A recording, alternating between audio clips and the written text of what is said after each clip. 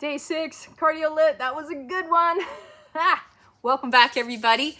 Today, I am so excited to share with you this model because when it comes to navigating change and supporting others through transitions and supporting ourselves through transitions, there are 3 stages of transitions we'd be wise to understand and master. What exactly are those 3 stages? That's today's topic. Hello and welcome back to Making Hope Happen. I'm Lori Mage, and this is the 100-day challenge where I am stacking my energy, work, and love goals by doing 100 workouts, 100 videos, and sharing 100 of my favorite tools, tips, and ideas for navigating change, mastering transitions, and making dreams come true. The model that we're going to talk about today comes from a guy named William Bridges, and William Bridges was an organizational consultant back in the early 90s. And although his work focused primarily on organizational leaders supporting others through organizational change initiatives, the model works really, really well for self-leadership and the change that we endure in our individual lives as well. What I love most about the model is that it brings attention to the transition, not the change. And there's a subtle difference, but it's really, really important for us to understand the difference between change and transition. And the way he describes it is change is something that happens to us. It's an event. It's external, and oftentimes we don't agree with it. A prime example of that is COVID, right? COVID happens, and starting immediately, you're forced to work from home. And oh, by the way, the kids can't go back to school. Or maybe there's a leadership change in your area. Perhaps your team is being restructured, a merger's been announced, or maybe you're laid off. Another personal example might be the death of a parent or a grandparent or a child going off to college. Maybe you get in a car wreck or you're diagnosed with cancer. These are all examples of the kind of change that Williams Bridges is talking about here. Transitions, on the other hand, is this inner psychological process that we have to go through if we want the change to actually happen. It's what happens in our head and what happens in our hearts as we internalize and integrate the change into our day-to-day lives. Learning to recognize and honor these 3 stages that all of us humans go through when we're in transition can help us and others navigate change with greater ease and grace. So what exactly are the 3 stages of transition? Well, the 3 stages of transitions are endings, the neutral zone, and beginnings. It's often depicted as a river of change, and the bank on the left is the endings. The river, including all the rapids and the eddies and the drop-offs, that's the neutral zone. And the bank on the far opposite side of the river, that's the new beginnings. That's when the change has actually been internalized and integrated. Now, we're going to take a deep dive into each of these. And as we go through them today, I want you to be thinking about a change that you're currently going through. The Making Hope Happen series is meant to support you and me in navigating our changes right now, mastering transitions right now, and making our dreams come true right now. And that can only happen if we do the work of applying what we're learning as soon as possible.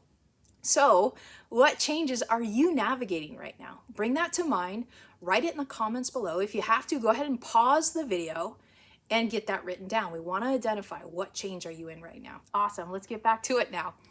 Let's talk about the first stage of every successful transition. It's called endings. It's crazy that it's called endings, but the starting point for dealing with transitions is not the outcome. It's not the other side of the river, but it's the endings. It's a paradoxical truth. Before we can go there, we must start here. And here, we're losing stuff. What are we losing because of this change? We need to honor that. We need to recognize that, identify that. What are we letting go of?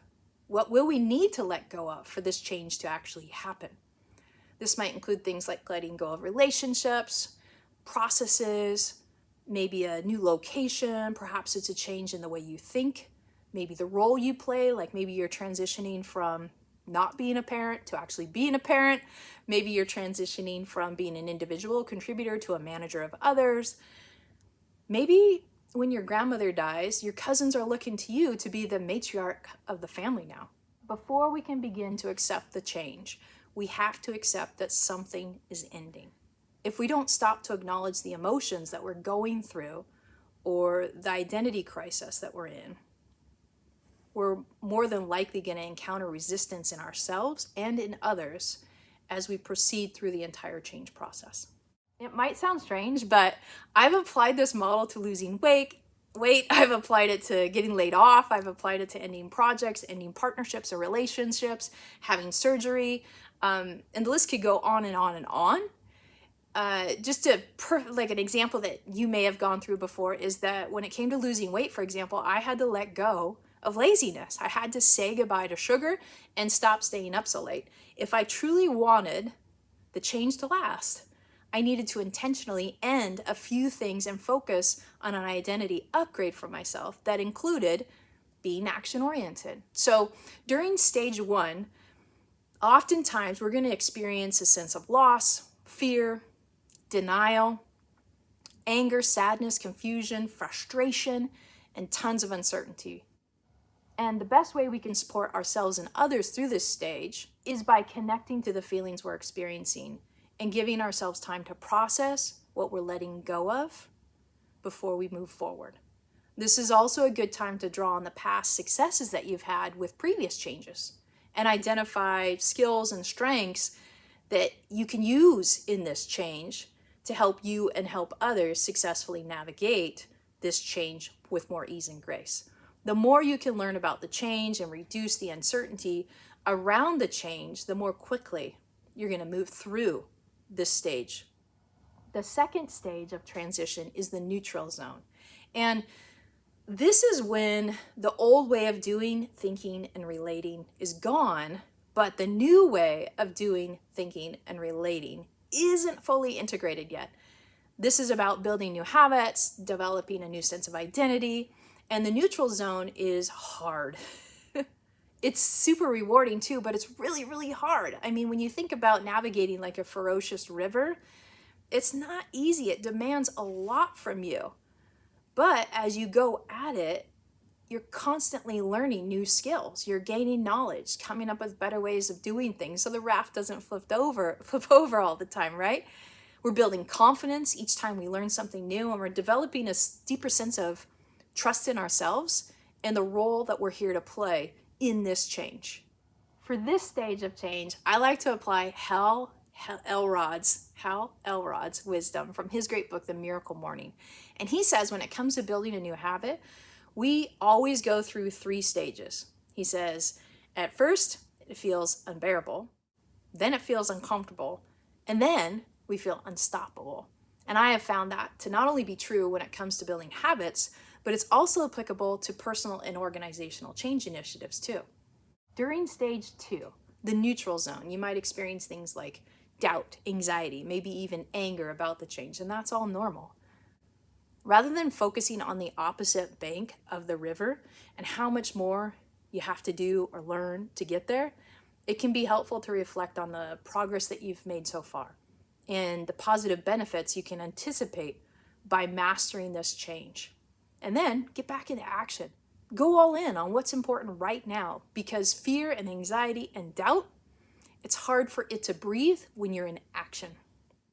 The last stage of transition is new beginnings. And this is the time of full acceptance. There's lots of energy here and enthusiasm. There's some sense of mastery here. We have fully accepted the change. We have made it across the river with a renewed and aligned sense of energy and enthusiasm now. And as we have that energy, we're able to focus it into building more new skills, more new ways of thinking and being and doing that are going to help us maintain momentum in stage number 3. One of the things I've seen happen in my own life and also inside of organizations is that we can make it across the river and start to slip back. At any point, whether you're in stage 2, you can slip back, stage 3, you can slip back. But in stage 2 and 3, in stage 3, one of the things we really want to do is not just assume the change is already fully integrated. It's really important to maintain our gains and maintain that momentum. And the way we do that is to constantly look for ways to celebrate and appreciate the new roles that we are playing, the new roles that people are playing, and reinforce that identity. It's really important to celebrate the progress that's being made and the positive impact that this change is having, that the work was all worth it, and continuing to do the work to solidify these new habits of thinking, being, and doing, and relating to one another is important. So there you have it. 3 stages of transitions according to William Bridges. We've got endings, we've got the neutral zone, and beginnings. Quick check-in here. Given the change that you're transitioning through right now, what stages have you already been through, and what stage are you in right now? And most importantly, how can you apply the wisdom from today to help you and those you lead and you love navigate change and master transitions with more ease and grace today? I know a lot of you are parents. Like, think about where your kids are at in those stages. Like, they're going through change too. And have we truly honored the things that they've had to let go of during this time and given them space to process that? Have we helped them identify new roles they can play at home as family members now that are there all the time? Are we doing things to recognize the progress and celebrate any positive things that may have happened during this? So anyways, I'll leave it at that. Thanks for watching today. If you benefited from today's message, please do subscribe to the channel. Give me a thumbs up. Let me know you watched it, and leave a comment below. I love reading your comments and responding to them. And if you're really feeling it, please share it on social media and through email with your family, friends, and coworkers. Anyone that you think might benefit from the ideas that I'm sharing in this particular video and also in this series. I'm on a mission to help build a brighter, happier, more healthy, more loving world, one soul at a time. And I can't do that without people like you watching it, applying it, and sharing the wisdom and the ideas that I'm sharing here. So again, thanks for watching, and thanks for sharing this message with others. I hope you have a fantastic day, and I will see you tomorrow. Day 6. Let's do this.